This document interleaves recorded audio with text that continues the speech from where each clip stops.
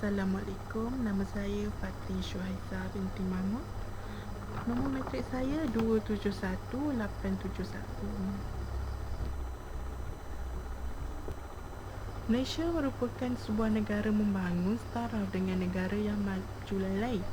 Sejajar dengan pembangunan yang semakin hari semakin bertambah telah memberi kesan kepada rakyat Malaysia amnya.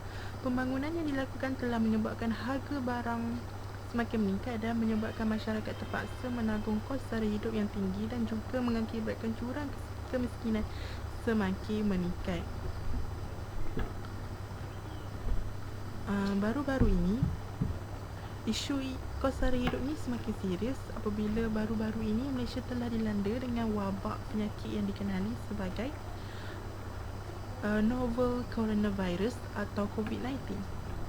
Wabak COVID-19 bukanlah masalah untuk Malaysia sahaja, malah wabak ini merupakan masalah global, iaitu masalah yang dihadapi oleh seluruh negara.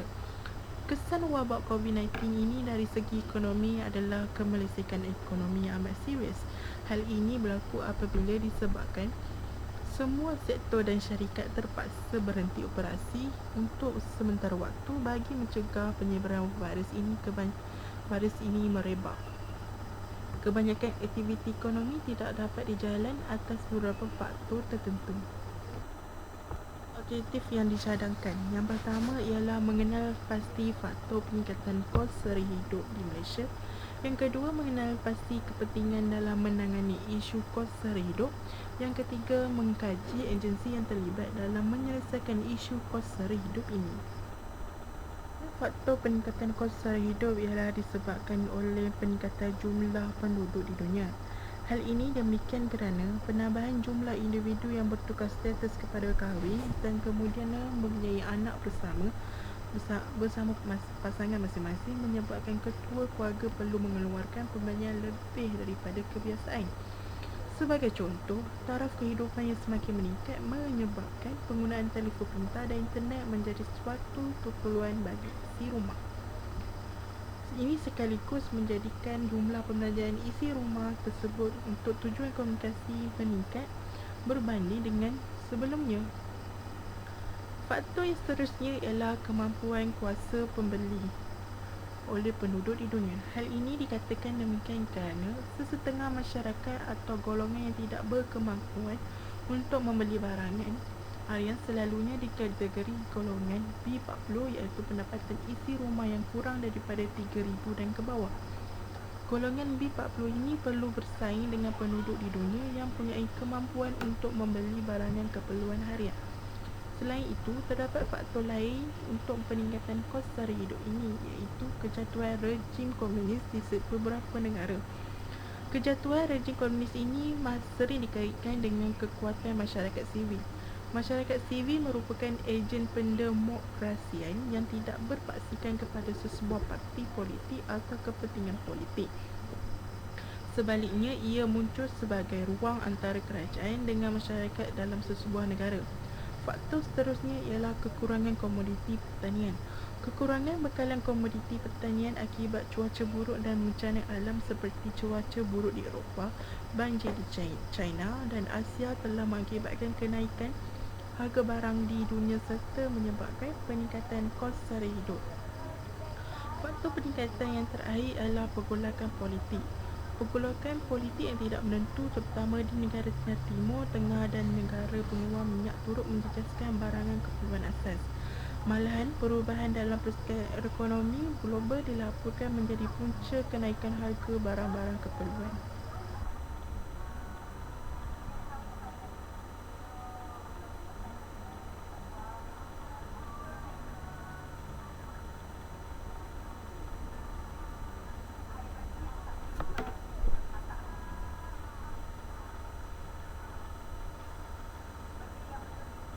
Terusnya, inisiatif yang dicadangkan.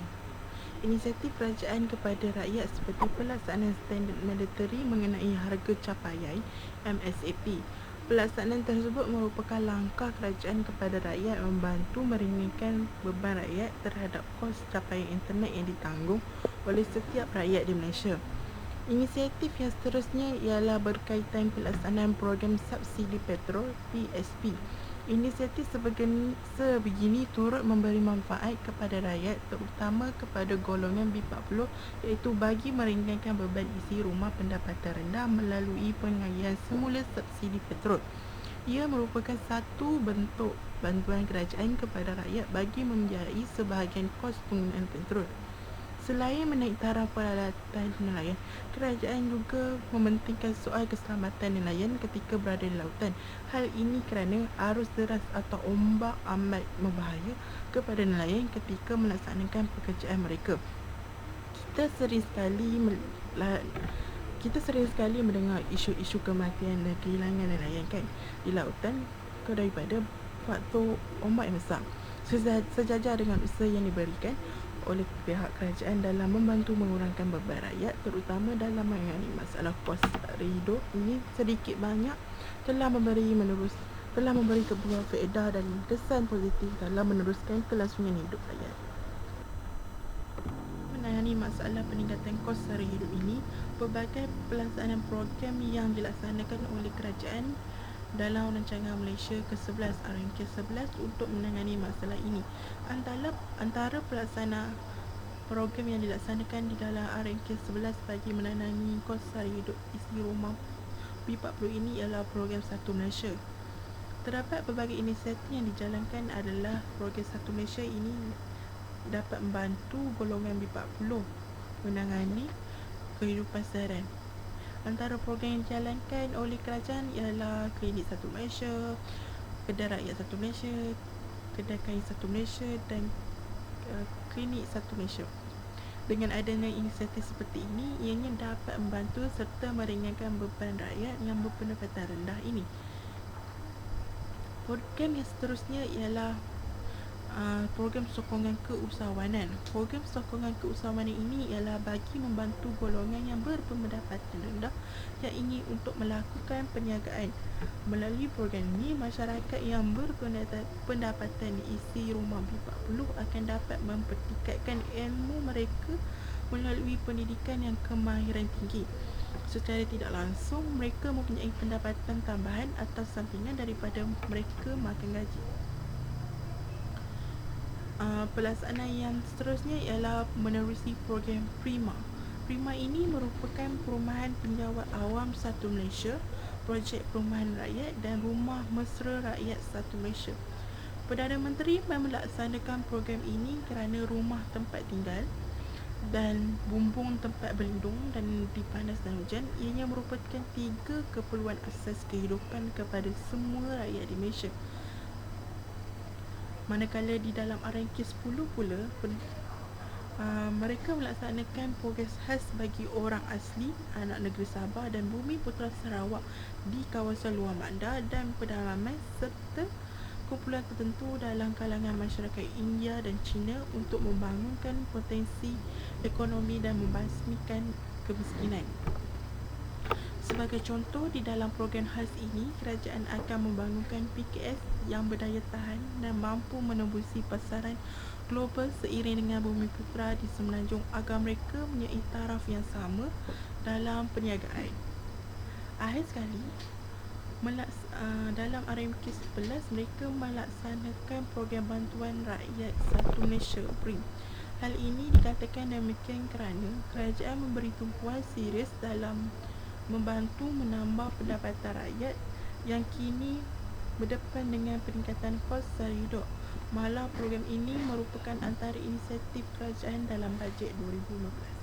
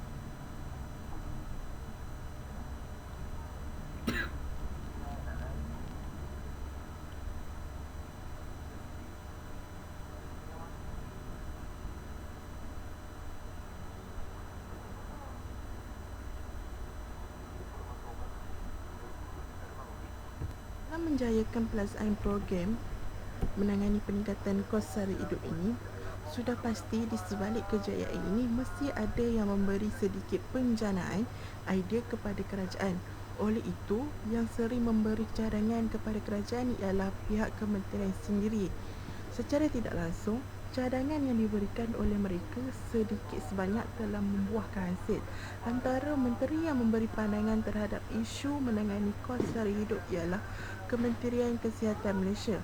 Hal ini kerana hasil memberi cadangan atau pendapat kepada kerajaan mendatangkan kesan atau manfaat kepada golongan masyarakat B40 ini. Hasil daripadanya, kerajaan telah menubuhkan klinik Satu Malaysia yang memberi manfaat kepada golongan B40 ini.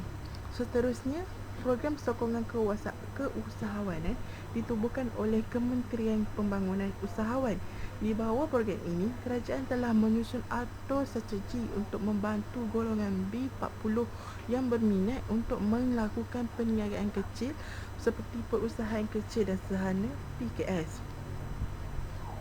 Unit Penyelarasan Pelaksanaan ICU JPM juga merupakan salah satu kementerian yang bekerjasama dalam menangani peningkatan kos sara hidup ini, dan Lembaga Pemasaran Pertanian Persekutuan Fama merupakan agensi pelaksana.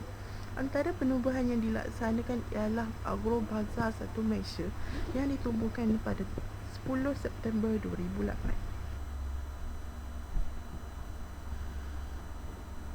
Hasil pelaksanaan program yang telah dilaksanakan dalam RMK 11 bagi membantu kos sara hidup golongan B40 iaitu melancarkan program Satu Malaysia. Program ini dilancarkan bagi membantu dan memudahkan golongan dalam mengurus kos sara hidup mereka. Selain itu, hasil pelaksanaan program yang dijalankan iaitu program sokongan dalam keusahawan. Program sokongan keusahawanan ini bagi membantu golongan pendapatan rendah untuk memulakan dan menjalankan perniagaan mereka. Program Prima pula merupakan pelaksanaan program yang dapat mengawal kos sara hidup rakyat. Prima ditubuhkan pada 1 Januari 2013 bertujuan untuk merancang, membangun, membina dan menawarkan kediaman dengan harga yang berpatutan serta berkualiti tinggi. Akhir sekali, program yang dilaksanakan dalam menangani masalah kos sara hidup iaitu Program Bantuan Rakyat Satu Malaysia BRIP. Kerajaan telah menjalankan satu program ini bagi membantu pendapatan dan penambahan pendapatan rakyat supaya mereka tidak mempunyai hilang punca pendapatan. Seterusnya, antara faktor yang menyebabkan berlakunya peningkatan kos sara hidup di Malaysia akibat COVID-19 adalah taraf pendidikan. Sesetengah masyarakat di Malaysia yang kurang bernasib baik untuk menyambung pelajaran ke peringkat yang lebih tinggi akibat daripada kekangan kewangan dalam keluarga. Apabila masalah wabak COVID-19 ini melanda, banyak syarikat terpaksa memberhentikan operasi bagi mematuhi arahan daripada kerajaan. Keadaan ini telah menyebabkan ramai pekerja terjejas dari segi pendapatan. Keadaan ini telah menyebabkan golongan ini menghadapi masalah untuk mendapatkan keperluan untuk hidup. Hal ini disebabkan oleh kekurangan pendapatan yang menyebabkan banyak perkara yang terjejas. Selain itu, faktor yang menyebabkan berlakunya peningkatan kos sara hidup di Malaysia akibat COVID-19 adalah pendapatan yang rendah. Golongan yang berpendapatan rendah dirujuk sebagai B40. B40 merupakan kumpulan yang terkesan teruk dalam tempoh ini. Realitinya, kumpulan B40 sudah terbeban dengan kos sara hidup yang kian meningkat dan pandemik COVID-19 ini telah menambahkan lagi kegelisahan golongan ini. Faktor yang menyebabkan berlakunya peningkatan kos sara hidup di Malaysia akibat pandemik COVID-19 adalah kebanjiran warga asing. Malaysia merupakan negara yang terbuka untuk kemasukan warga asing. Jadi, isu warga asing adalah isu yang sering menjadi perhatian rakyat Malaysia kerana isu ini sering ditimbulkan oleh pembangkang atau kerajaan saban tahun. Jumlah kemasukan warga asing juga semakin meningkat dan membanjiri hampir setiap pelosok negeri di negara ini. Seterusnya, faktor peningkatan kos sara hidup akibat COVID-19 di Malaysia adalah semua aktiviti terpaksa diberhentikan. Semua aktiviti terpaksa diberhentikan ini merujuk kepada segala aktiviti ekonomi termasuk ekonomi, malah mereka terpaksa dihentikan untuk sementara waktu bagi mematuhi perintah kerajaan. Aktiviti ekonomi yang dinyatakan adalah merangkumi sektor pertanian, operasi kilang dan sebagainya. Apabila aktiviti ekonomi ini dihentikan, golongan petani adalah antara golongan yang terjejas. Hal ini dikatakan demikian kerana golongan petani hanya bergantung kepada hasil pertanian. Akhir sekali, peningkatan kos sara hidup akibat COVID-19 adalah peluang pekerjaan terbatas. Kerajaan telah mengeluarkan arahan kepada rakyat yang tinggal di Malaysia untuk mematuhi Perintah Kawalan Pergerakan iaitu PKP telah menyebabkan kebanyakan premis terpaksa ditutup dan hanya premis yang tertentu sahaja dibenarkan untuk beroperasi. Keadaan ini juga menyebabkan majikan terpaksa menghadkan pekerja di premis mereka. Keadaan ini telah menyebabkan golongan ini terpaksa untuk menganggur. Hal ini kerana golongan ini tidak mempunyai pilihan lain kerana kebanyakan premis perniagaan dan syarikat ditutup buat sementara waktu. Maka golongan ini tidak mempunyai pendapatan untuk meneruskan kehidupan. Kesimpulannya, semua sedia maklum bahawa isu kos sara hidup ini bukanlah satu isu ekonomi yang baru. Malah, isu ini merupakan isu yang saban tahun dibincangkan oleh kerajaan Malaysia.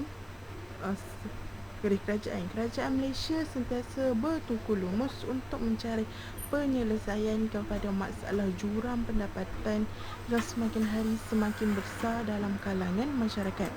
Jurang ini bertambah besar dengan wujudnya faktor-faktor tertentu. Setelah pertukaran kerajaan, Malaysia dilanda dengan masalah penyebaran pandemik COVID-19. Kerajaan telah mengambil beberapa langkah dan kaedah bagi memutuskan rangkaian COVID-19 ini daripada terus merebak kepada masyarakat. Keadaan ini telah menyebabkan ekonomi negara kurang berkembang dan mengalami sedikit kemelesetan. Jelaslah bahawa kerajaan Malaysia sangat komited dalam mencari jalan penyelesaian terhadap masalah yang dihadapi oleh rakyat dan berusaha untuk memberi keselesaan kepada semua lapisan masyarakat.